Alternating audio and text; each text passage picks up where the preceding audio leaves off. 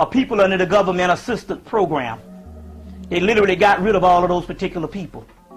Now the key is they got rid of those people is because, for one thing, we didn't realize that the installation of what is called a Great Society or the welfare program was not talking about an actual program that you get in. Welfare based on the government means a nation of people. So they were not saying that the program was called welfare. They were saying that the people were called welfare. If we understand that we are still 3/5 of a human being and we're not known as United States citizens but as government property, then one section of the property would be welfare. So it's a difference than a person being on welfare than actually saying a certain group of people are called welfare people. So therefore, when they signed to the welfare bill in 1995 to get rid of welfare, they were talking about eliminating that section of people. You see what I'm saying? They were talking about eliminating that section of people other than eliminating welfare. And the actual bill that Bill Clinton signed had a little black woman there, the welfare woman and shit, you know. There, we didn't realize that that was a death warrant for all Section 8 people. So the key was they gave people 30 years to get off of government assistance. They said if your ass was on government assistance by 1995, because you know it was installed in 1964-65, so 30 years later, if the people that was left on it, so you could either get on it sometime within the 30-year period and get off of it, but the people who would be left on it by 1995, they felt that those people in their eyes was degenerate enough that those people would not be a viable people that could go into the year 2000. Now, despite we know that all the things where they had the people shut in and it's basically the government fault, that ain't the way the government is thinking.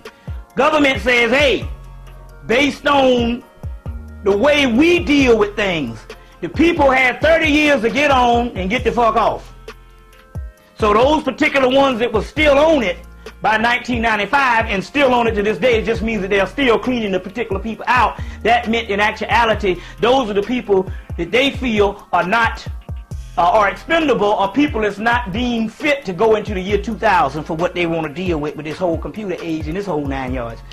So the key is this. It's not as bad up north, but down south, you got groups of people that has a language, especially in Atlanta, it's real bad, where you can't even understand what they say. It's like, it's like a mumbling type shit. So they feel that these particular people can't even get service jobs. So that means these people, because of their language, they're saying that these particular people can't even get a job washing dishes. You see. So the only type of job that they can get is they got something called the Burger King Institute, or the Burger King College. And you could go there and you can probably work, and they separate you. They separate you, and so the ones that can't speak a certain adequate amount of English will be, or in this case, language. They don't care if you say IBs and this and that stuff. They're talking about if you can't pronounce certain words, with your phonics ain't hooked up right, you would be the person that's working behind the scenes. See what I'm saying? You would be the person that's working behind the scenes. You know what I'm saying?